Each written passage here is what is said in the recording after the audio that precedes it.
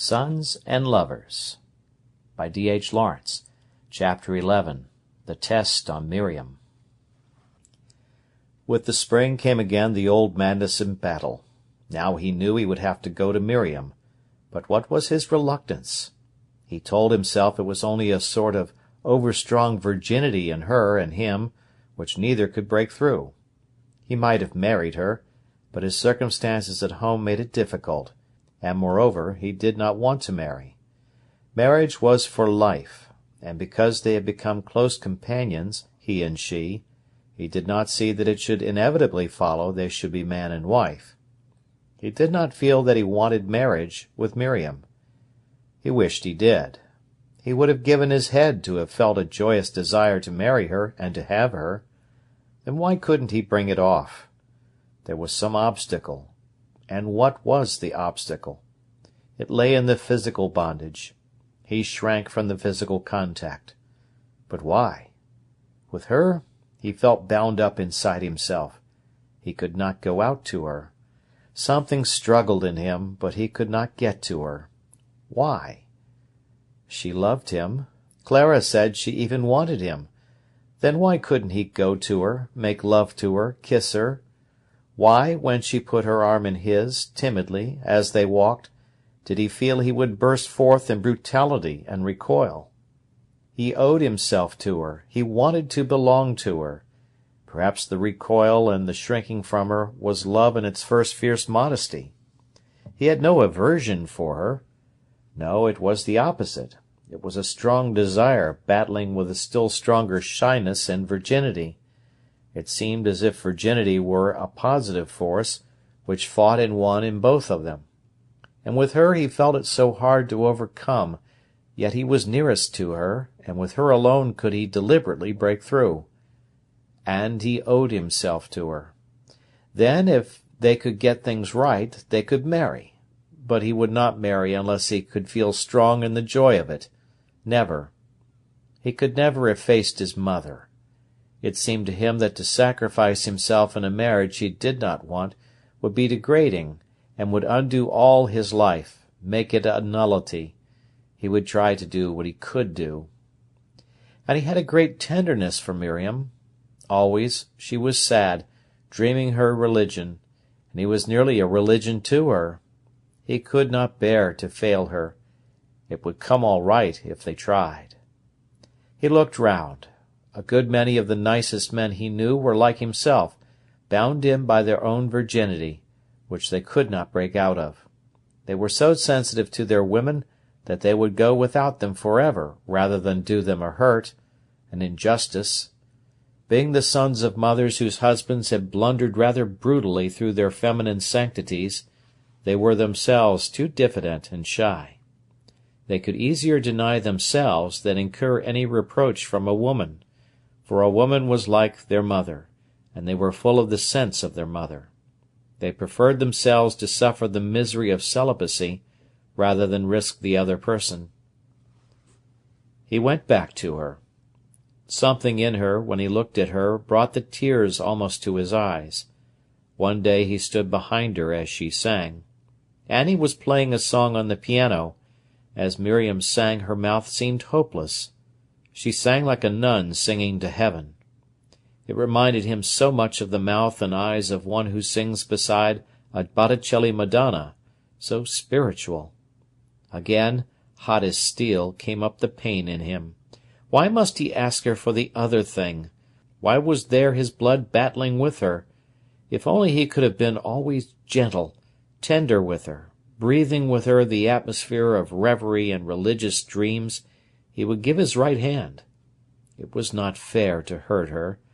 There seemed an eternal maidenhood about her, and when he thought of her mother, he saw the great brown eyes of a maiden who was nearly scared and shocked out of her virgin maidenhood, but not quite, in spite of her 7 children.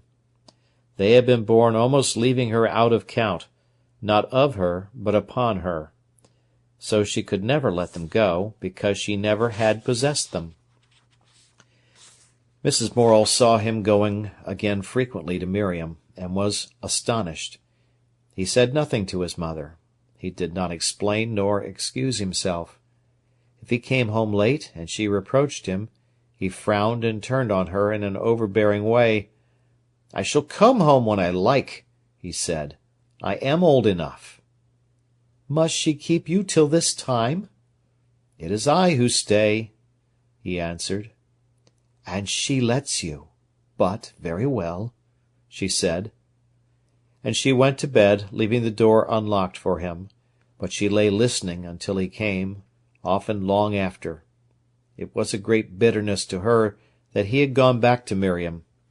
She recognized, however, the uselessness of any further interference. He went to Willey Farm as a man now, not as a youth. She had no right over him. There was a coldness between him and her. He hardly told her anything. Discarded, she waited on him, cooked for him still, and loved to slave for him, but her face was closed again like a mask. There was nothing for her to do now but the housework. For all the rest, he had gone to Miriam. She could not forgive him. Miriam killed the joy and the warmth in him. He had been such a jolly lad, and full of the warmest affection. Now he grew colder, more and more irritable and gloomy. It reminded her of William, but Paul was worse. He did things with more intensity, and more realization of what he was about. His mother knew how he was suffering for want of a woman, and she saw him going to Miriam. If he had made up his mind, nothing on earth would alter him. Mrs. Morel was tired. She began to give up at last. She had finished. She was in the way. He went on determinedly. He realized more or less what his mother felt. It only hardened his soul. He made himself callous towards her, but it was like being callous to his own health. It undermined him quickly, yet he persisted. He lay back in the rocking-chair at Willey Farm one evening. He had been talking to Miriam for some weeks, but had not come to the point. Now he said suddenly, "I am 24, almost." She had been brooding. She looked up at him suddenly in surprise. "Yes, what makes you say it?" There was something in the charged atmosphere that she dreaded. "Sir Thomas More says one can marry at 24. She laughed quaintly, saying, "Does it need Sir Thomas More's sanction?" "No, but one ought to marry about then." "Ay," she answered broodingly, and she waited. "I can't marry you," he continued slowly. "Not now, because we've no money, and they depend on me at home." She sat half guessing what was coming. "But I want to marry now." "You want to marry?" she repeated. "A woman. You know what I mean." She was silent. "Now, at last, I must," he said. "I?" she answered. "And you love me?" She laughed bitterly. "Why are you ashamed of it?" he answered. "You wouldn't be ashamed before your God. Why are you before people?" "Nay," she answered deeply, "I am not ashamed." "You are," he replied bitterly, "and it's my fault. But you know I can't help being as I am, don't you?" "I know you can't help it," she replied. "I love you an awful lot. Then there is something short." "Where?" she answered, looking at him. "Oh, in me. It is I who ought to be ashamed, like a spiritual cripple. And I am ashamed. It is misery. Why is it?" "I don't know," replied Miriam. "And I don't know," he repeated. "Don't you think we have been too fierce in our what they call purity?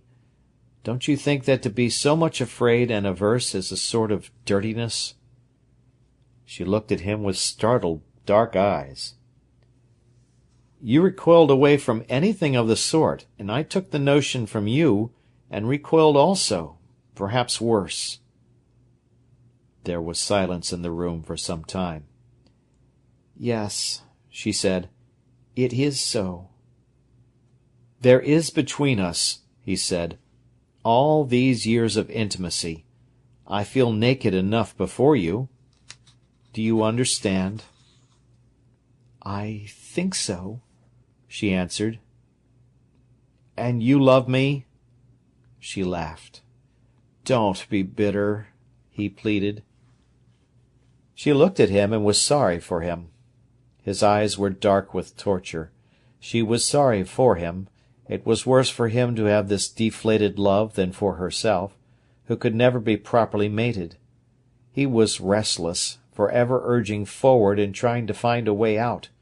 He might do as he liked, and have what he liked of her. "Nay," she said softly, "I am not bitter." She felt she could bear anything for him. She would suffer for him.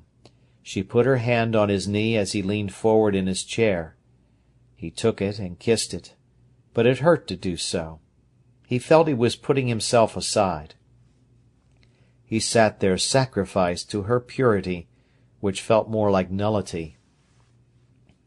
How could he kiss her hand passionately, when it would drive her away and leave nothing but pain? Yet slowly he drew her to him, and kissed her. They knew each other too well to pretend anything. As she kissed him, she watched his eyes. They were staring across the room with a peculiar dark blaze in them that fascinated her. He was perfectly still. She could feel his heart throbbing heavily in his breast. "What are you thinking about?" she asked. The blaze in his eyes shuddered, became uncertain. "I was thinking all the while, I love you. I have been obstinate." She sank her head upon his breast. "Yes," she answered. "That's all," he said, and his voice seemed sure, and his mouth was kissing her throat. Then she raised her head and looked into his eyes with her full gaze of love. The blaze struggled, seemed to try to get away from her, and then was quenched. He turned his head quickly aside. It was a moment of anguish. "Kiss me," she whispered. He shut his eyes and kissed her, and his arms folded her closer and closer. When she walked home with him over the fields, he said, "I'm glad I came back to you. I feel so simple with you, as if there was nothing to hide. We will be happy?" "Yes," she murmured, and the tears came to her eyes. "Some sort of perversity in our souls," he said, "makes us not want, get away from, the very thing we want. We have to fight against that." "Yes," she said, and she felt stunned. As she stood under the drooping thorn tree, in the darkness by the roadside, he kissed her, and his fingers wandered over her face. In the darkness, where he could not see her but only feel her, his passion flooded him. He clasped her very close. "Sometime you will have me?" he murmured, hiding his face on her shoulder. It was so difficult. "Not now," she said. His hopes and his heart sunk. A dreariness came over him. "No," he said. His clasp of her slackened. "I love to feel your arm there," she said, pressing his arm against her back, where it went round her waist. "It rests me so." He tightened the pressure of his arm upon the small of her back to rest her. "We belong to each other," he said. "Yes." "Then why shouldn't we belong to each other altogether?" "But—" she faltered. "I know it's a lot to ask," he said, "but there's not much risk for you, really, not in the Gretchen way. You can trust me there?" "Oh, I can trust you." The answer came quick and strong. "It's not that. It's not that at all, but—" "What?" She hid her face in his neck with a little cry of misery. "I don't know," she cried. She seemed slightly hysterical, but with a sort of horror. His heart died in him. "You don't think it ugly?" he asked. "No, not now. You have taught me it isn't." "You are afraid?" She calmed herself hastily. "Yes, I am only afraid," she said. He kissed her tenderly. "Never mind," he said. "You should please yourself." Suddenly she gripped his arms round her and clenched her body stiff. "You shall have me," she said through her shut teeth. His heart beat up again like fire. He folded her close, and his mouth was on her throat. She could not bear it. She drew away. He disengaged her. "Won't you be late?" she asked gently. He sighed, scarcely hearing what she said. She waited, wishing he would go. At last he kissed her quickly and climbed the fence. Looking round, he saw the pale blotch of her face down in the darkness under the hanging tree. There was no more of her but this pale blotch. "Good-bye," she called softly. She had no body, only a voice and a dim face. He turned away and ran down the road, his fists clenched, and when he came to the wall over the lake, he leaned there, almost stunned, looking up the black water. Miriam plunged home over the meadows. She was not afraid of people, what they might say, but she dreaded the issue with him. Yes, she would let him have her if he insisted. And then, when she thought of it afterwards, her heart went down. He would be disappointed. He would find no satisfaction, and then he would go away. Yet he was so insistent, and over this, which did not seem so all-important to her, was their love to break down? After all, he was only like other men, seeking his satisfaction. Oh, but there was something more in him, something deeper. She could trust to it, in spite of all desires. He said that possession was a great moment in life. All strong emotions concentrated there. Perhaps it was so. There was something divine in it. Then she would submit, religiously, to the sacrifice. He should have her. And at the thought her whole body clenched itself involuntarily, hard, as if against something. But life forced her through this gate of suffering, too, and she would submit. At any rate, it would give him what he wanted, which was her deepest wish. She brooded and brooded and brooded herself towards accepting him. He courted her now, like a lover. Often, when he grew hot, she put his face from her, held it between her hands, and looked in his eyes. He could not meet her gaze. Her dark eyes, full of love, earnest and searching, made him turn away. Not for an instant would she let him forget. Back again he had to torture himself into a sense of his responsibility, and hers. Never any relaxing, never any leaving himself to the great hunger and impersonality of passion. He must be brought back to a deliberate, reflective creature. As if from a swoon of passion, she called him back to the littleness, the personal relationship. He could not bear it. "Leave me alone! Leave me alone!" He wanted to cry, but she wanted him to look at her with eyes full of love. His eyes, full of the dark, impersonal fire of desire, did not belong to her. There was a great crop of cherries at the farm.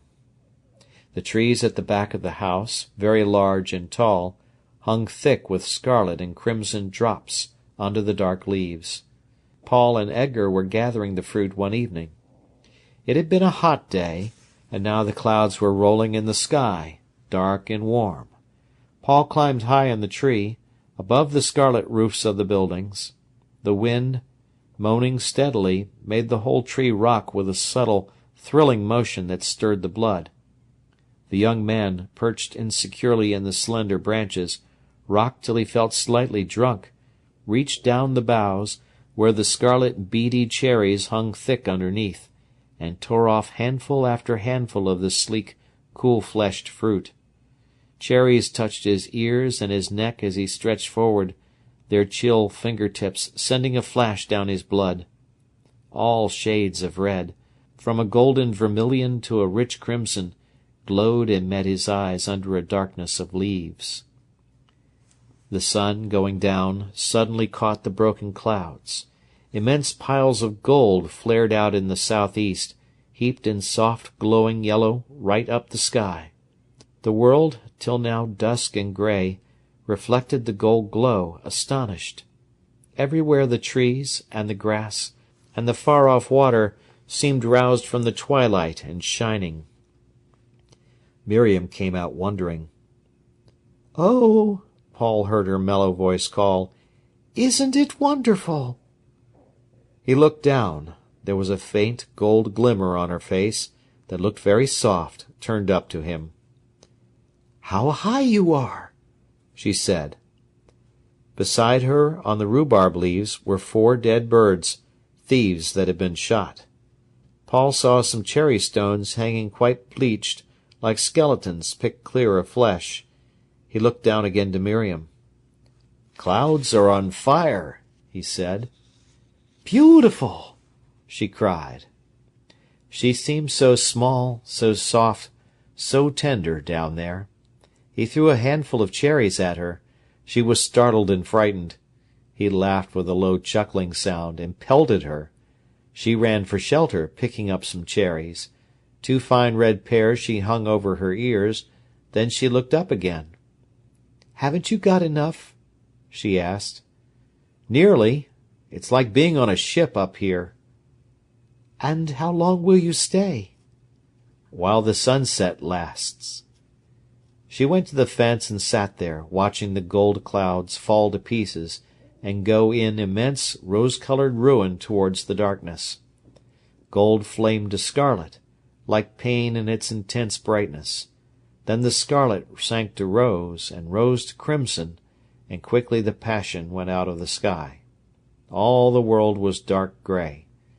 Paul scrambled quickly down with his basket, tearing his shirt-sleeve as he did so. "They are lovely," said Miriam, fingering the cherries. "I've torn my sleeve," he answered. She took the 3-cornered rip, saying, "I shall have to mend it."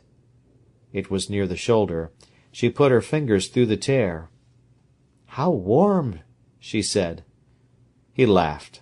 There was a new, strange note in his voice, one that made her pant. "Shall we stay out?" he said. "Won't it rain?" she asked. "No, let us walk a little way." They went down the fields and into the thick plantation of fir trees and pines. "Shall we go in among the trees?" he asked. "Do you want to?" "Yes." It was very dark among the firs, and the sharp spines pricked her face. She was afraid. Paul was silent and strange. "I like the darkness," he said. "I wish it were thicker. Good, thick darkness." He seemed to be almost unaware of her as a person. She was only to him then a woman. She was afraid. He stood against a pine-tree trunk and took her in his arms. She relinquished herself to him, but it was a sacrifice in which she felt something of horror. This thick-voiced, oblivious man was a stranger to her. Later it began to rain. The pine trees smelled very strong. Paul lay with his head on the ground, on the dead pine needles, listening to the sharp hiss of the rain, a steady, keen noise. His heart was down, very heavy. Now he realized that she had not been with him all the time, that her soul had stood apart in a sort of horror. He was physically at rest, but no more. Very dreary at heart, very sad, and very tender, his fingers wandered over her face pitifully. Now again she loved him deeply. He was tender and beautiful. "The rain," he said. "Yes, is it coming on you?" She put her hands over him, on his hair, on his shoulders, to feel if the raindrops fell on him. She loved him dearly. He, as he lay with his face on the dead pine leaves, felt extraordinarily quiet. He did not mind if the raindrops came on him. He would have lain and got wet through. He felt as if nothing mattered, as if his living were smeared away into the beyond, near and quite lovable. This strange, gentle reaching out to death was new to him. "We must go," said Miriam. "Yes," he answered, but did not move. To him now life seemed a shadow, day a white shadow, night and death and stillness and inaction. This seemed like being. To be alive, to be urgent and insistent, that was not to be. The highest of all was to melt out into the darkness and sway there, identified with the great being. "The rain is coming in on us," said Miriam. He rose and assisted her. "It is a pity," he said. "What?" "To have to go. I feel so still." "Still," she repeated. "Stiller than I have ever been in my life." He was walking with his hand in hers. She pressed his fingers, feeling a slight fear. Now he seemed beyond her. She had a fear lest she should lose him. "The fir trees are like presents in the darkness, each one only a presence." She was afraid and said nothing. "A sort of hush, the whole night wondering and asleep. I suppose that's what we do in death, sleep in wonder." She had been afraid before of the brute in him, now of the mystic. She trod beside him in silence. The rain fell with a heavy hush on the trees. At last they gained the cart shed. "Let us stay here a while," he said. There was a sound of rain everywhere, smothering everything. "I feel so strange and still," he said, "along with everything." "I?" she answered patiently. He seemed again unaware of her, though he held her hand close.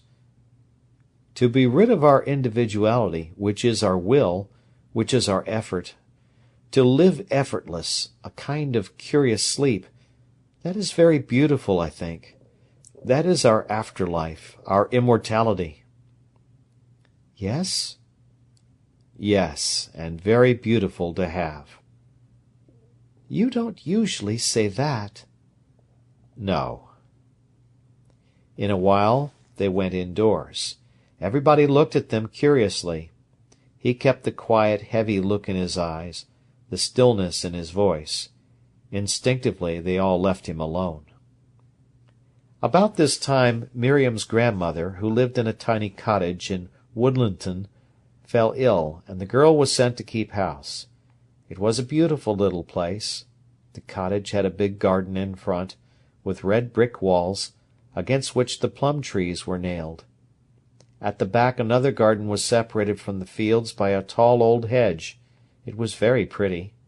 Miriam had not much to do, so she found time for her beloved reading, and for writing little introspective pieces which interested her. At the holiday time her grandmother, being better, was driven to Derby to stay with her daughter for a day or two. She was a crotchety old lady, and might return the second day, or the third, so Miriam stayed alone in the cottage, which also pleased her. Paul used often to cycle over, and they had, as a rule, peaceful and happy times. He did not embarrass her much, but then on the Monday of the holiday he was to spend a whole day with her. It was perfect weather. He left his mother, telling her where he was going. She would be alone all the day. It cast a shadow over him, but he had 3 days that were all his own, when he was going to do as he liked. It was sweet to rush through the morning lanes on his bicycle. He got to the cottage at about 11 o'clock. Miriam was busy preparing dinner. She looked so perfectly in keeping with the little kitchen, ruddy and busy. He kissed her and sat down to watch. The room was small and cosy.